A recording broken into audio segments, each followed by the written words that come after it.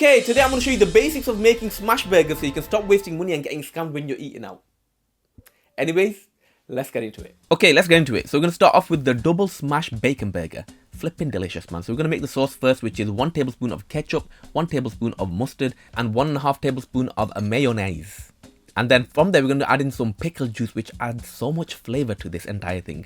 And then I'm going to slap a bit of pickle slice there, dice that up, and we're going to add that straight into the bowl as well. Now from here, this sauce is going to be a tiny bit sweet, so we want it to have a bit of an edge. So I'm going to add in maybe like 2/3 of half a shallot.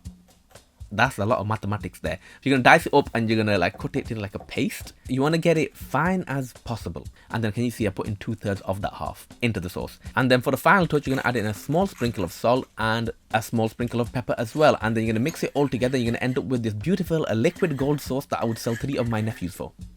Don't tell people I said that. Next, you're going to get 500 to 600 grams of beef mince with fat, 20% fat, and put some garlic powder on it. I put about 3/4 teaspoon of garlic powder. Mix it in really well, and then we're going to separate this into 4 equal portions, just like this. And then once we've done that, we're going to roll it all up into equal portions. They're still equal portions. that didn't change. Now once you've done that, you're going to get a pan and put it on medium-high heat. I use this non-stick pan, and when I say medium-high heat, I mean this setting on the largest hob. Make sense? Okay, let's get back to it. So I'm going to use this presser to press this meat down. I'll be honest with you, I should use baking paper in between because it got stuck. So you're going to press this down as much as you can to get it very thin, and then you're going to do 1 patty at a time. Again, in this kind of pan, you don't need to put any oil in. So this is the best thing about it. You can put in cast iron if you want, but I don't like doing that. Now, the patty is broken a little bit, but it doesn't matter because they're smash patties. So you're going to put over some salt and pepper, and then once the bottom side is crisp like this, you're going to do a bit of a flip, and then it should look like that, basically. You want it to look like that, crisp. Don't flip it prematurely. It's not going to be nice. So you're going to put this plastic acrylic cheese on top, and you can put the lid on here if you want to like steam it.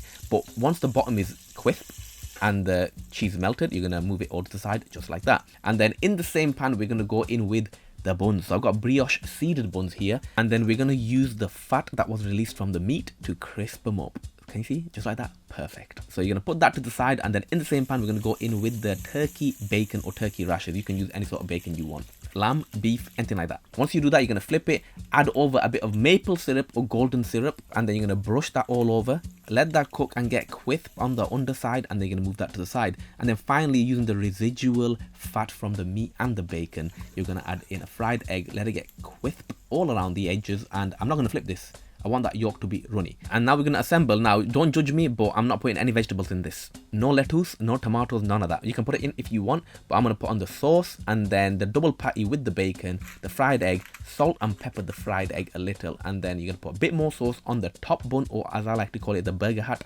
Put it on, and this is the final product. And I realized this doesn't do it justice, so I took a few pictures.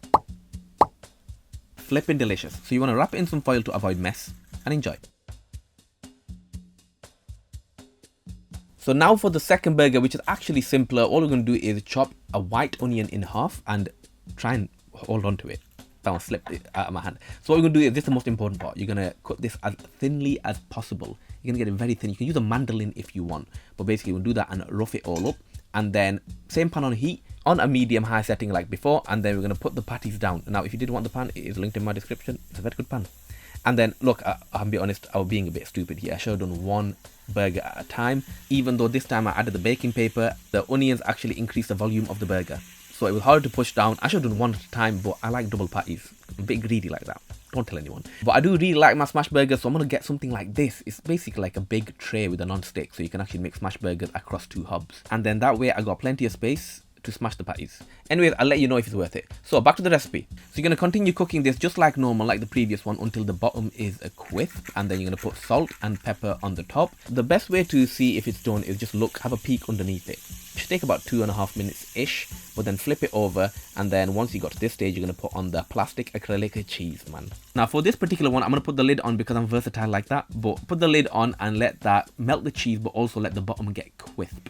Once that's happened, you're going to lift the lid, and then it should look a bit like this. Now, it's not burnt, it's just some of the onions are a bit charred, and that actually adds like this umami flavor, which is actually really nice. So in the residual fat released from the meat, you're gonna toast the buns just like before, and then you're gonna remove that. This is basically a very simple burger. No special sauce this time. It's gonna be a bit of ketchup, bit of mustard, keeping it very simple. Put the double smash onion patties down, and then with the gherkins, you can put crinkle cut gherkins if you want. This was the last one of my entire jar, so I just thought I'd use this up instead of buying a crinkle cut one.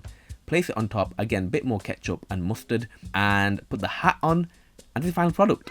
And again, I did take a few more pictures, so this is what it looks like. Okay, now that the burgers are done, I want to share with you some tips and tricks on how to make this entire thing perfect. So the first thing is the pan. So the pan that I use is this Tefal non-stick pan, which is actually linked in the description. Now a lot of people will say you can do it in a cast iron dish and things like that and give a bit more flavor. You can. But the thing is, I feel like you gotta add oil to the pan. I feel like it makes a mess. And yeah, I can't bother cleaning and stuff. I use this Tefal non-stick pan, which actually works very well. I do not put any oil in the pan, as you saw. Okay, I put that meat straight in there. And then all you gotta do is push it down, and then when you get the crisp edge, you can have a little peek. Yeah, done. Then you can flip it. But the only downside to it is the diameter of the pan. Now it's a 28 centimeter pan, which is fairly big. If you're gonna have a one patty burger, completely fine. You can squash it, let it char, flip it, and it's perfect. But when you do two in one pan, it can get a bit tricky. But I do one, push it to the side, then do the other, and then they're not perfect circles because of the size of the pan, but they're smashed, which is what we're making. Smash burger.